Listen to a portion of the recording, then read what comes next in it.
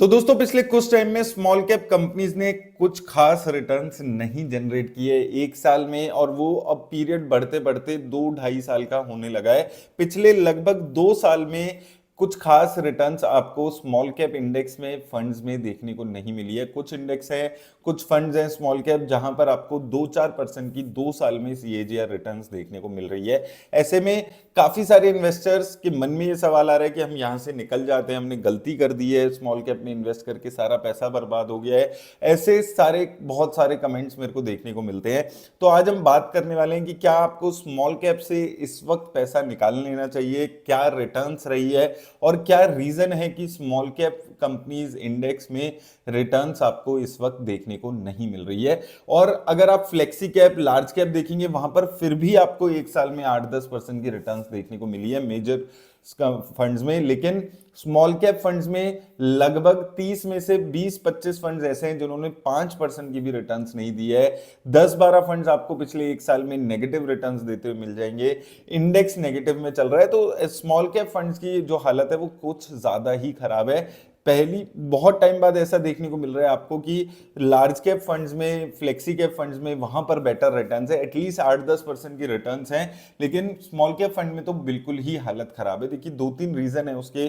पहली चीज तो कि वो जो वैल्यूएशंस थी 2022-23 में वो बहुत ज्यादा बढ़ गई थी स्मॉल कैप फंड्स की, और बहुत ज्यादा 40-45 की प्राइस टू अर्निंग्स तक ये स्मॉल कैप फंड्स पहुंच गए थे। और उस टाइम पे वहां पर जो हमारी ईपीएस थी वो भी इंक्रीज होती हुई नजर आ रही थी, अर्निंग पर शेयर भी इंडेक्स का लेवल पे इंक्रीज हो रहा था। लेकिन धीरे धीरे अब पिछले 1-1.5 साल में जो कंपनीज की ग्रोथ है, अर्निंग्स की ग्रोथ है, वो स्लो डाउन हुई है। कई स्मॉल कैप कंपनीज हैं जहां पर डी ग्रोथ आपको अर्निंग्स में देखने को मिल रही है, और ओवरऑल जो स्मॉल कैप कंपनीज को लेकर सेंटीमेंट है वो थोड़े से खराब ज्यादा होने लगे। और जब मार्केट में थोड़ी सी अनसर्टेनिटी आती है, वॉलेटिलिटी आती है, तो होता यही है कि जो पैसा भी होता है वो स्मॉल कैप से निकलकर लार्ज कैप में थोड़ा सा स्टेबिलिटी और थोड़ी सी सेफ्टी की तरफ शिफ्ट हो जाता है जब मैक्रो एनवायरनमेंट ओवरऑल खराब होते हैं। जैसे अभी ग्लोबली हर दूसरे दिन किसी 2 कंट्रीज का झगड़ा हो रहा होता है, तो वो ऐसे अनसर्टेन एनवायरनमेंट में लोग प्रेफर करते हैं, जो बड़े इन्वेस्टर्स हैं, कि स्मॉल कैप से निकलकर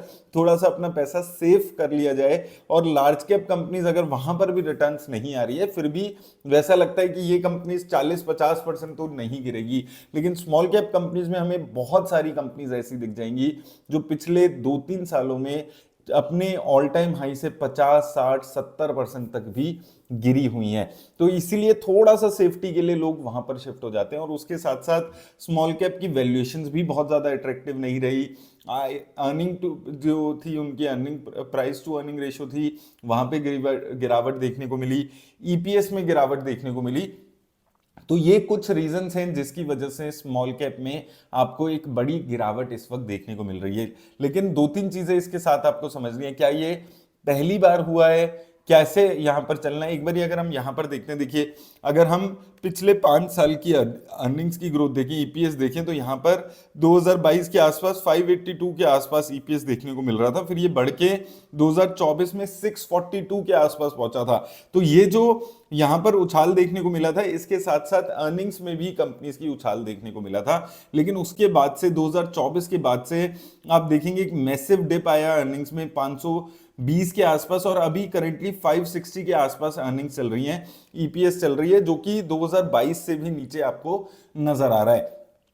तो जो उछाल देखने को मिला था स्मॉल कैप फंड्स में, इंडेक्स में, वो अर्निंग से बैक था। वहां पर बहुत सारी जो सोलर और अलग अलग थीम्स की कंपनीज थी, वहां पर मैसिव उछाल देखने को मिल रहा था। लेकिन 2024 के बाद से गिरावट आपको देखने को मिल रही है। सितंबर 24 के बाद से यहां पर इनके अर्निंग्स में गिरावट देखने को मिली है। दूसरी चीज देखिए, स्मॉल कैप इंडेक्स के साथ ये पहली बार नहीं हुआ है जब नेगेटिविटी आपको देखने को मिली है, और ये नेचर है स्मॉल कैप फंड्स का, इंडेक्स का। यहां पर आप देखेंगे अगर हम 10-12 साल का कैलेंडर ईयर रिटर्न्स देखते हैं, तो 2014 में 50% की रिटर्न थी, 15 में 5-7% के आसपास की रिटर्न्स थी, 17 में देखिए, 16 में देखेंगे नेगेटिव 14% की थी, देन 86% की पॉजिटिव रिटर्न आई। यहां पर बहुत सारे इन्वेस्टर्स ने एंटर किया, एंटर किया। उसके बाद 2018-19 में फिर जबरदस्त क्रैश देखने को मिला स्मॉल कैप इंडेक्स में। उसके बाद 2 साल अच्छी रिटर्न, फिर गिरावट। तो ये गिरावट नेगेटिव पॉजिटिव ये स्मॉल कैप इंडेक्स में अक्सर देखा गया है, बहुत ही लंबे टाइम से देखा जा रहा है। 2025 में आपने नेगेटिव रिटर्न देखी है, अभी तक के 2026 में भी नेगेटिव रिटर्न्स आपको देखने को मिली है।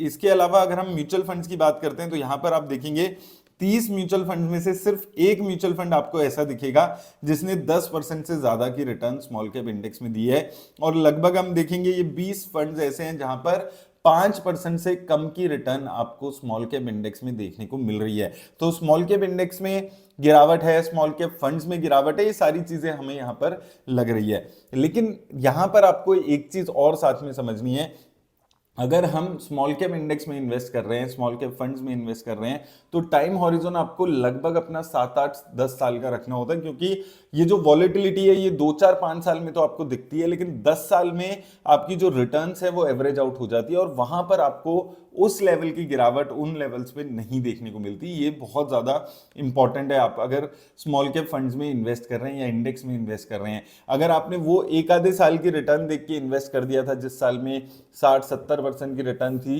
तो ये एक ट्रेंड रहा है स्मॉल कैप फंड्स में, एक साल अच्छी रिटर्न्स तो अगले साल खराब रिटर्न्स यहां पर देखने को मिलती है। अब बात आता है कि क्या करना चाहिए। देखिए, अगर आप लॉन्ग टर्म इन्वेस्टर हैं तो ये एक अच्छी अपॉर्चुनिटी हो सकती है। यहां पर क्यों अपॉर्चुनिटी हो सकती है, अगर आप यहां पर देखेंगे, आप देखिए स्मॉल कैप इंडेक्स में एक 17,000 का एक अच्छा सपोर्ट बनाया हुआ था, वहां के उसके आसपास इस वक्त चलते हुए नजर आ रही है। ये गिरावट आई थी जब हमने बात की थी कि यहां पर आपको लमसम करना चाहिए, अब उसके बाद फिर उछाला है, लेकिन ये 17,000 से नीचे अगर आप देखेंगे तो एक अच्छा ऑप्शन यहां पर आपके पास अपॉर्चुनिटी मिलते हुए नजर आ रही है इन्वेस्टमेंट की, और ये 17,000 की जो रेंज है इस पे एक अच्छा सपोर्ट जनरली ये स्मॉल कैप इंडेक्स बनाते हुए नजर आ रहा है। तो अगर 17,000 या उसके आसपास ये रहता है तो एक अच्छी अपॉर्चुनिटी एक लमसम की है। अपने हाई से अभी 19,000 से 17,000 के आसपास आया हुआ है, और ओवरऑल अगर हम देखेंगे लगभग 19,500 के आसपास ये इंडेक्स गया हुआ है, वहां से अच्छा खासा यहां पर गिरावट है।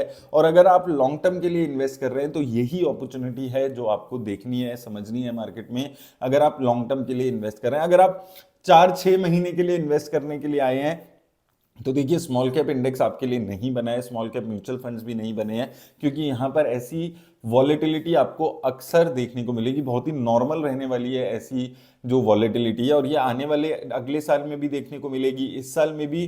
विद इन एक साल में भी आपको बहुत ज्यादा ऊपर नीचे, किसी दिन 2% गिर जाता है, किसी दिन 2% उठ जाता है। तो ये सारी चीजें आपको स्मॉल कैप के साथ रहने वाली है। अगर आप वो वॉलेटिलिटी के लिए तैयार नहीं है शॉर्ट टर्म के लिए, तो बेटर है कि आप लार्ज कैप या फ्लेक्सी कैप जैसे कुछ फंड्स में इन्वेस्ट करके अपना वहां से जर्नी शुरू करें। तो वो चीजें आपको समझनी है, लेकिन डेफिनेटली ये घबराने का मौका नहीं है स्मॉल कैप में, ये अपॉर्चुनिटी है लॉन्ग टर्म इन्वेस्टर्स के लिए कंसोलिडेट करने का अपनी जो आपकी जो जितने भी पैसे हैं, और अगर कुछ एक्स्ट्रा पैसे हैं तो इन मौकों पर उसको थोड़ा थोड़ा करके लमसम के मौके पे लगाने का यहां पर ही अपॉर्चुनिटीज बन रही है। और अगर ऐसी अपॉर्चुनिटीज का फायदा नहीं उठाएंगे तो फिर वो जो एक्स्ट्रा रिटर्न्स है वो नहीं बनेगी। अल्टीमेटली आप देखेंगे आज से 2-4 साल बाद ये जो 16,000 17,000 के नंबर्स हैं इंडेक्स पे, वो छोटे लगने लगेंगे। तो उम्मीद करता हूं आपको हेल्प मिलेगी इस वीडियो से। धन्यवाद।